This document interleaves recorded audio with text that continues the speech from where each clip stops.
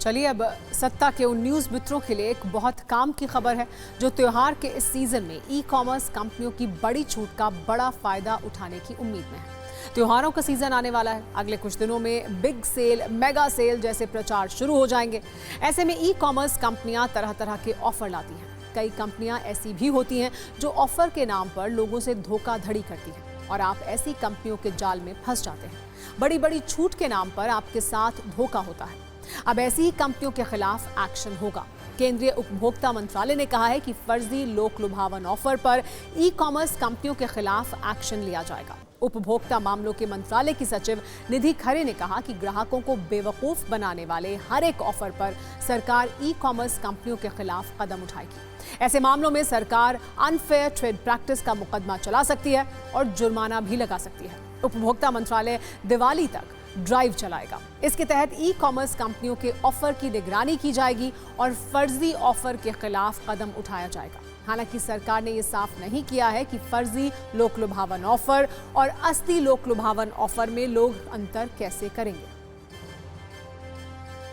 आप देखते होंगे कि ये एक ऐसा समय है हर साल जबकि फेस्टिवल की इतनी अधिक डिमांड होती है, लोग भी चाहते हैं नई नई चीज़ों को ख़रीदना और कंपनीज़ भी हर तरह के भ्रामक विज्ञापनों के माध्यम से उनका अटेंशन अट्रैक्ट करती हैं और इस तरह के बिल्कुल ही बेबुनियाद डिस्काउंट्स को देती हैं जो कि इम्पॉसिबल से लगते हैं। बाद में कंज्यूमर्स भी जानते हैं कि जब वो पेमेंट के समय जब पहुंचते हैं तो पता चलता है कि किसी और तरीके से उनसे चार्ज किया जाता है, चाहे डिलीवरी के नाम पे, कन्वीनियंस फ़ी के नाम से एंड सो ऑन। तो एक तरह से ये पूरी तरह एक मिसलीडिंग कैंपेन होता है और अनफेयर ट्रेड प्रैक्टिसेस भी इसमें अडॉप्ट की जाती हैं। इस वर्ष कम से कम सभी उपभोक्ताओं से निवेदन है कि वो इस तरह के जाल में नहीं फंसें और अगर कोई इस प्रकार की डिस्काउंट्स दे रहा है तो उसकी शिकायत 1915 पे करें। वैसे कई लोगों के मन में यह सवाल हो सकता है कि वो कैसे समझें कि कौन सा ऑफर फर्जी है, कौन सा सही है।